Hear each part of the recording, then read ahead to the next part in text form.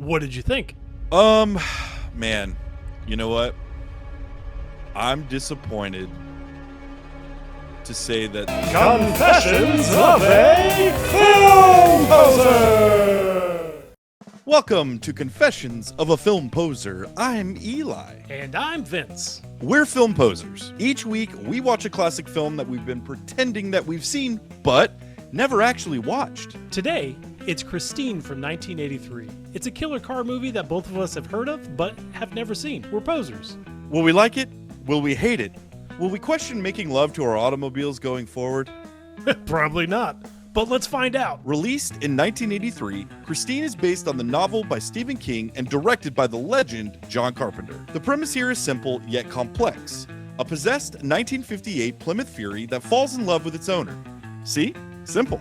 Underneath the passion, chrome, and carnage, it's a story about obsession, identity, insecurity, and what happens when power finally lands in the hands of someone or something that's been invisible. But really, it tells me that when my check engine light comes on, I should really take that ish more seriously. The film stars Keith Gordon as Arnie Cunningham, a bullied high school outsider who transforms after restoring Christine.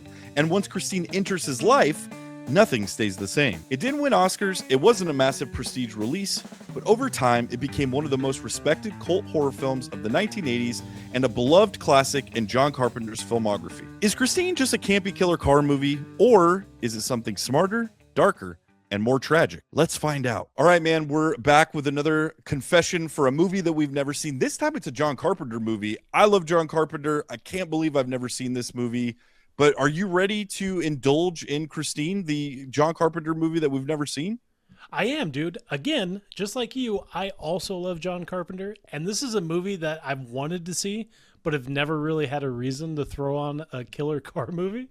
And this is the best reason ever, dude. This should be a lot of fun. I agree. This one of the Carpenter filmography, you know, I love slasher movies. And this one just, I don't know where it falls. You know what I mean? Is it a car movie? Is it a horror movie? I guess it's the best of both worlds, or at least that's what they tell me. So I'm excited to see it. Before we get going, really quick, Rocket Fire, give me your top 3 John Carpenter movies, starting with number 3, down to 1. Escape from L.A., Big Trouble in Little China, and then The Thing. All right, for me, it's In the Mouth of Madness, The Thing, and Halloween. Love those movies. You got everything you need. Halloween is an absolute classic. I love it. So this one, you know, because it's Carpenter, I have high expectations. You know, is this going to be just a killer car movie, or is this going to be like some kind of a slasher that involves an automobile? Is the automobile the Freddy Krueger or the Michael Myers of this movie? I can't get over the fact that I didn't name Halloween in that, dude. I kind of want to do some take backsies. What are your expectations for this movie? I think it's probably going to be a really cheesy movie about a car that drives around and runs people over. I can't see how they could make this smart, but I hope that they do, and I hope that I'm pleasantly surprised. Time to fix a lifelong John Carpenter poser confession.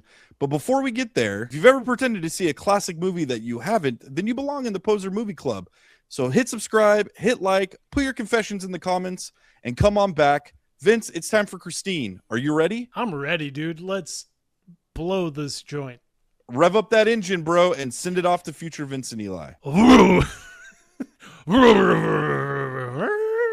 Is that what your Subaru sounds like?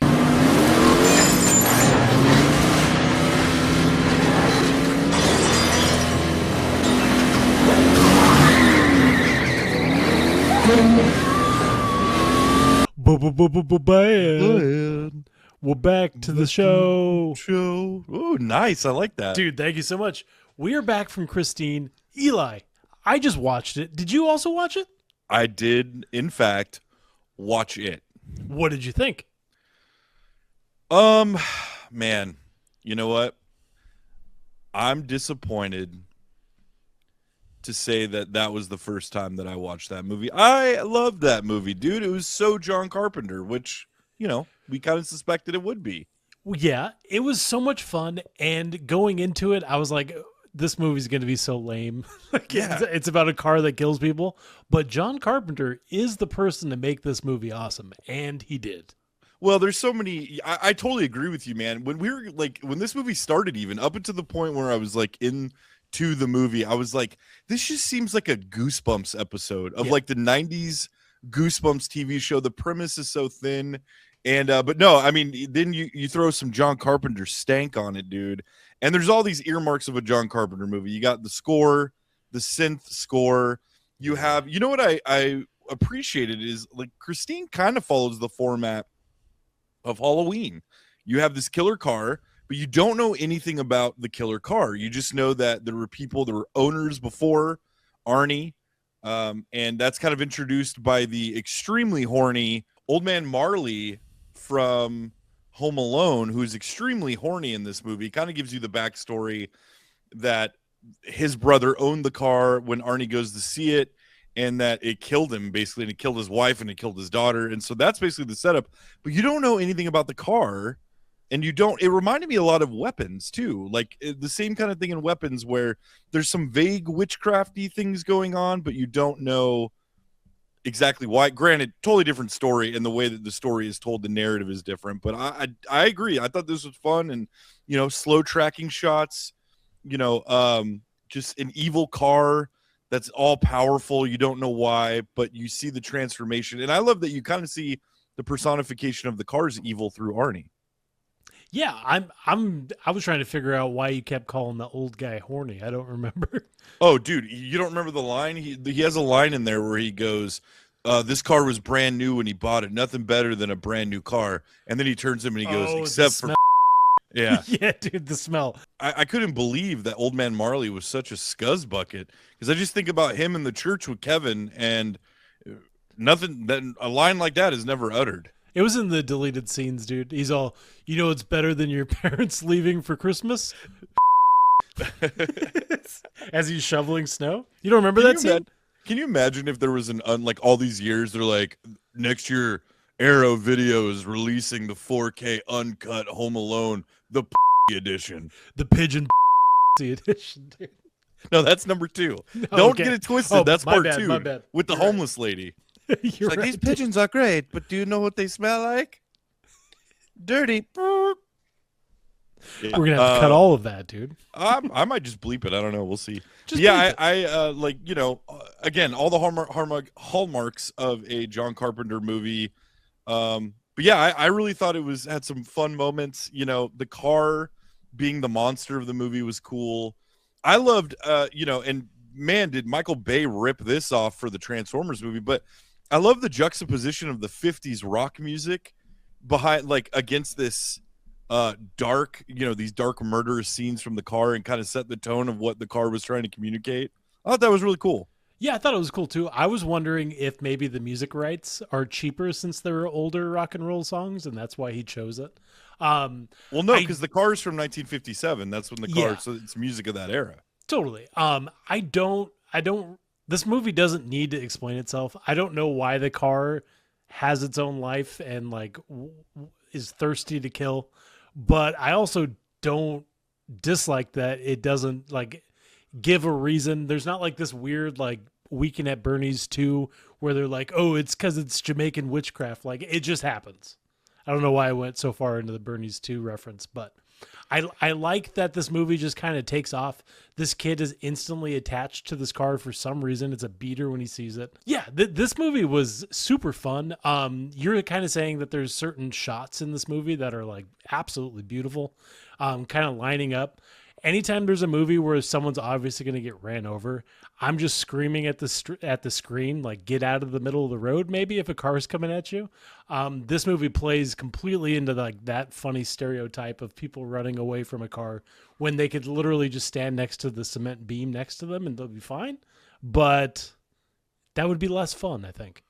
Yeah, but I think also that this movie kind of sets up and implies that Christine's got power over people, man, and makes people think funny and act funny when they're around her. Arnie, I think the call kind of called to Arnie, and I really loved the character progression and how he became this like badass. He became a bad boy, dude. It just became the ultimate bad boy, and it's really interesting too because, like, who's the main character of this movie? Dude, I don't know. I was thinking the same thing. It's between Arnie and Dennis. And it kind of flip-flops throughout it, and then it even starts following his girlfriend at a certain moment. Yeah, it's funny. I was thinking the same thing. I was like, I would argue that Christine is the main character Well done. of this movie. But all right, I think it's a good transition. Let's get into our favorite sequences. Mine, without a doubt, when Buddy and his band of misfits go and jack the car up, the sequence where Christine put herself back together, that was completely like no CGI. That was completely, and I'm sure it was like they wrecked the car and then just played it in reverse of it coming back. But I just thought it was really the way they shot it and the lighting and the cinematography during that too, really just enhanced that whole scene and really gave Christine kind of this menacing power and took it one step further. Yeah, that was actually my favorite scene too. And I do want to look up how they did this. I feel like, have you ever seen the behind the scenes feature of how they destroy the house in Poltergeist? Yeah. I feel like this is the same way that they did it, where they had like a rigged setup where they kind of like pulled parts of the car into itself, and that has to be, like you said, they did that and then reversed it for the movie, so it looks like all this damage is being repaired, and it was so cool looking, dude. It was a cool scene for sure. Yeah, and practical effects just, are so much better, man. Are so much better. I mean, in a lot of ways, like there's certain things, like I recently rewatched the Pirates of the Caribbean trilogy, and like the CG in those movies hold up. I can't believe that it's 20 years old now. Well, and they use those as like benchmarks for whenever special effects were like at its prime. And I feel like those movies, specifically, what is it, the second or third one with the octopus guy? Oh, the second. I mean, he's in 2 and 3. Okay. But yeah, Davy Jones, there's a scene where he's playing the organ, and he's just, in that performance by Bill Nighy, and he's playing, the tentacles are playing. That is so cool, but it holds up. Part of it is the lighting, right? Part of it is the cinematography and the way that they portray those characters. And then you get to something like 4 years after Pirates of the Caribbean, Dead Man's Chest, was Tron Legacy, which has the de-aged Jeff Bridges. And I mean, it looks like something out of the 80s. It looks rough, yeah. The cool thing about Christine in the theme of John Carpenter is the kind of malevolent evil. You don't know why it's evil, you just know it is. And that's enough. And I felt like it worked really well in this movie. Ultimately, this story doesn't go anywhere that you don't necessarily see coming. I guess the biggest one is the turn of Arnie. But once that kind of goes, I didn't see his death coming. I really didn't. I thought that was ballsy. Either. Yeah, and like you said, like you definitely, once you see Arnie without his glasses on, you're like, okay, there's no twist. He's going to be a bad boy now. This car is affecting the way that he acts and is treated, kind of, or rather how he treats other people. He was a complete dick to his parents, dude. Dude, when he handled his dad, and he's just like, when he choked his dad. Oh yeah, choked his dad out, and his dad's like, "You're gonna go back in there. You're gonna apologize to your mom." And he just tweaks, and then he starts laughing. He goes, "I'm gonna hit the sack." Like, yeah, dude, it's so funny. It was so funny. A silly movie. But yeah, a lot of pulpy stuff like that in this movie. But again, ultimately the story is what it is. Fun. This is definitely a Halloween movie you could throw on. It's a fun one, dude. And just have on in the in the background. You don't necessarily need to give it your full attention. With that said, I'm glad that I did it. And I'm super glad that we watched it, because it definitely, in the filmography of John Carpenter, I'm glad that there's still some. I've basically seen every John Carpenter now after every John Carpenter movie after seeing this one. I haven't seen like Ghost of Mars. I still haven't seen that one.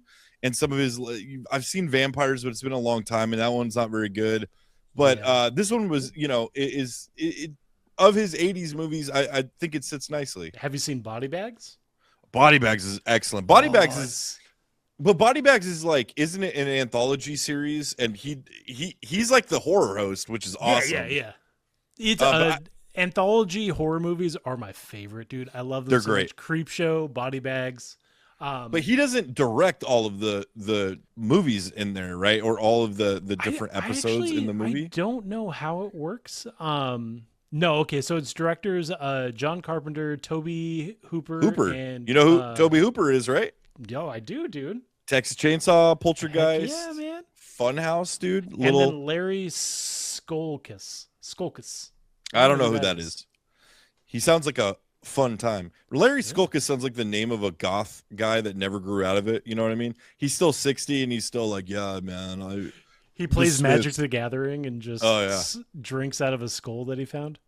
That dude, he sounds like an awesome He sounds person. pretty cool, man. I'm not going to lie. I had a line that I thought was pretty epic, kind of in the line of like Ming the Merciless from a few weeks ago, his monologue where it just kind of summed up the movie. But Arnie, he picks Dennis up and they're going somewhere, and Dennis starts bad mouthing Christine, and Arnie just goes, "Okay, you better watch what you say about my car. She's real sensitive." And I just thought that was really funny. Kind of summed up the movie and told you what you need to do. And going back to, like, you know, this movie isn't over explained, and I like that about movies. You know, it just expects you to kind of buy into the premise, and Carpenter does a good enough job that it works. But yeah, I enjoyed this. For me, if we always do a rating system, or we started doing a rating system here. We started with rewatchability. This one's definitely rewatchable, but the new rating system that we've been working with is: would you buy this movie? Would you stream this movie? Or would you watch this movie on TV? To kind of sum up how much we liked it, I would definitely buy this movie. I think too, if you have other Carpenter movies or you collect Carpenter movies, you definitely should add this one to the library and the collection, which I have, as you can see right here. But yeah, I definitely thought it was worth the buy, and it looked great on 4K, and it just made me want to go. Every time I watch a Carpenter movie, I always want to go and keep watching. So I'm probably going to throw on Escape from New York later tonight. Yeah, every time I watch a Carpenter movie, I go into Spotify and I try to find if he's made like because he does the soundtrack for nearly all of his movies. I want to go in and see if there's a soundtrack for this movie. I did it for the Halloween movies. I've done it for Escape from New York, I think. Like you said, always the coolest synthesized, like, just songs in all of his movies. I love it, dude. And it's always subtle. Like, it's never overbearing. It just is, maybe a little bit more in Halloween. Like, that's iconic at this point, but they're always like understated. And yeah, so I also thought, I couldn't help it while I was watching this movie, going like, the Fast and Furious movies, and I texted you this, but the Fast and Furious movies have gone so wacky. I think it was in number 8 they went to space, or number 9 they went into space, and they always do this crazy stuff. Like, it's literally ludicrous. And Tyrese in like an old, I forgot, like a Datsun, and they're literally in orbit. Why haven't they gone the possession car route? Why isn't Dom Toretto literally possessed by his car, and then the family has to pull him out of it? Like, it just is right there, right for the taking, dude. And that would be one that I actually went back and probably would watch. I don't think I've seen anything past, what is number 3, like Tokyo Drift or whatever. Yeah, Tokyo Drift. Is it Tokyo Drift? Yeah, it's there's Too Fast, Too Furious. That's how you know what the sequel was. I've seen all of them. I love all of them. I've seen the latter ones in theaters as they've come out. I was so excited when they went to space, because that's always been the thing in the Fast and Furious, is like, this is going to jump the shark so much it's going to end up in outer space, and they do that. And they keep promising that, like, this is gonna be the last one, the final and then one. They push it out, and like Vin Diesel by the next one is literally gonna be 60 years old. But yeah, I enjoyed Christine. Glad we watched it. This is just a fun one. We kind of are breaking it up a little bit. We watched more of like the art house movies as of late, and more of the classic, critically acclaimed.